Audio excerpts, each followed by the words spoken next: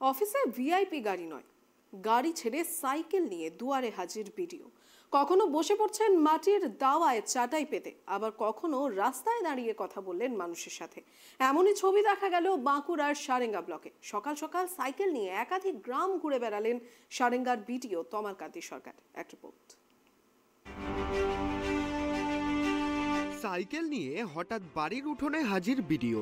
যে প্রশাসনিক আধিকারিকরা গাড়ি নিয়ে ঘুরে বেড়াতে অভ্যস্ত, তাদের সাইকেল নিয়ে বাড়ির উঠোনে দেখতে পেয়ে কিছুটা অবাকই হলেন গ্রামবাসীরা। হ্যাঁ, এমনই ছবি দেখা গেল সারেঙ্গা ব্লকের বিভিন্ন গ্রামে। সকাল সকাল সাইকেল নিয়ে সদল বলে ব্লক প্রশাসনের কর্মীদের নিয়ে মানুষের দুয়ারে দুয়ারে হাজির হচ্ছেন সারেঙ্গার বিডিও তমালকান্তি সরকার। সঙ্গে রয়েছেন জয়েন্ট বিডিও। সাইকেল নিয়ে চষে বেড়াচ্ছেন একের পর এক গ্রাম ও সারেঙ্গা ব্লকের প্রত্যন্ত এলাকা।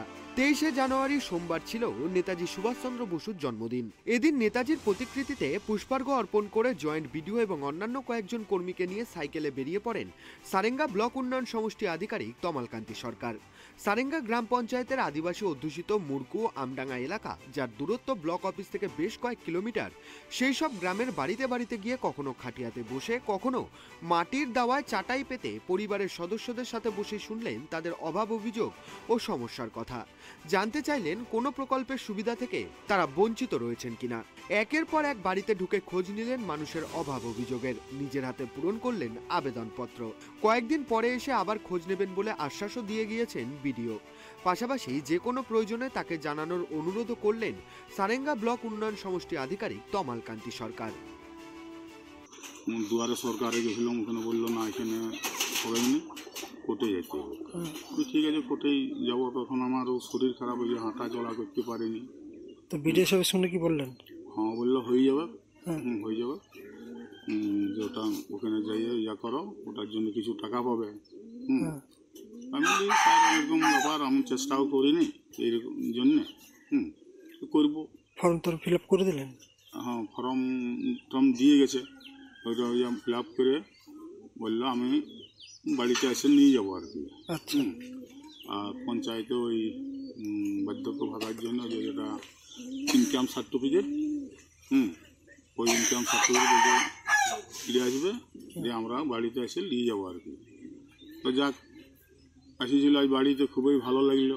সাইকেলে করে এসেছিল, খুবই ভালো লাগলো। অনেকক্ষণ সময়ও দিল, যে সব জিজ্ঞাসা করে আর করে বোঝা সোজা করে দিয়ে গেল আর কি। না, আগেকার দিনে কোনো দিন কেউ আসে না, তো যাক আজকে ভালোই লাগলো। অনেকগুলো আসছিল, 2-5 জন আসছিল। ভিডিও জয়েন্ট ভিডিও সাহেব আসছিল আমাদের পাড়া, দিয়ে আমার সমাধান সব বলছে সমাধান করে দেবো। এই আমার কাজ সবটা হয় নাই, বলছে সেটা করে দেবো আমি। পরে আরও আসবো, আসছিল আর বলছে আরও আসবো, তখন করে দিয়ে দেবো। এই ফর্মটা যে আমার গোলমাল আছে সেটা, ওটাও বিডিও সাহেব বলছে আমি করে দেবো, আমার নিজের হাতে করে দেবো। দিয়ে আমারও দমে খুশি হয়ে গেল, বলছে হ্যাঁ তাহলে করে দেবো। আমি তো অত জানি না, আমি করে দেবো সব। বিডিও সাহেব মানে খুব ভালো। কিছু এসেছিল? এই সাইকেল এসেছিল, সাইকেল এসেছিল। উল্লেখ্য, গত 20 জানুয়ারি থেকে 12 ফেব্রুয়ারি পর্যন্ত চলবে সমস্যার সমাধান ও জনসংযোগ কর্মসূচি। সেই কর্মসূচির অংশ হিসেবেই তারা হাজির হচ্ছেন গ্রামে গ্রামে।